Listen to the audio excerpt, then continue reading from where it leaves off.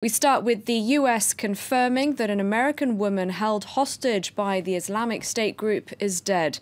The Sunni extremists had said last week that 26-year-old Kayla Mueller was killed in a Jordanian airstrike.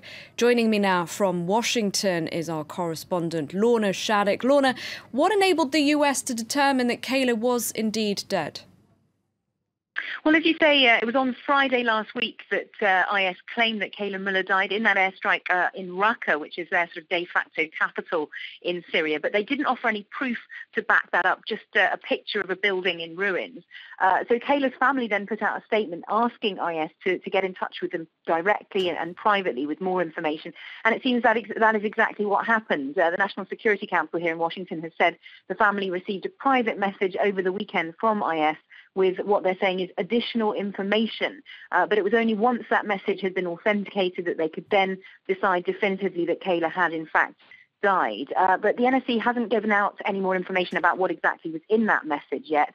It's being reported here, though, that what was sent in it wasn't really conclusive. There wasn't any information about the manner or the time of her death, merely enough to conclude that she had in fact died. But of course it has taken a great deal of time from when IS initially announced that Kayla had died on Friday to now on Tuesday to ascertain exactly what happened, which shows you just how difficult it is really for the US to get information from on the ground in Syria, because they have so little intelligence or communications assets there.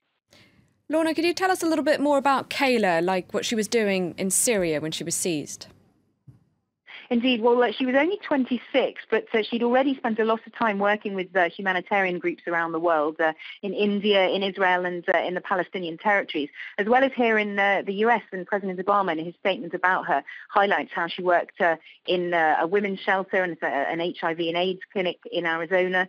But she also spent a year in France, actually, as an au pair, before travelling to Turkey and to its border with Syria. And she was working with the Danish Refugee Council there, helping families who'd had to flee Syria. But on the 3rd of August 2013, she decided to drive into Syria itself.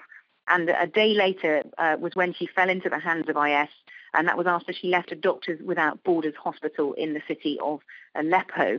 Now, her family then heard nothing for nearly a year, but IS then contacted them after that with proof she was alive, and did, according to sources close to the family, demand a ransom of nearly $7 million. But it's not clear exactly what happened after that. That was last year. But clearly a young woman who spent a lot of time doing humanitarian work, and somebody that Barack Obama has praised for her, saying that she is what is best about America.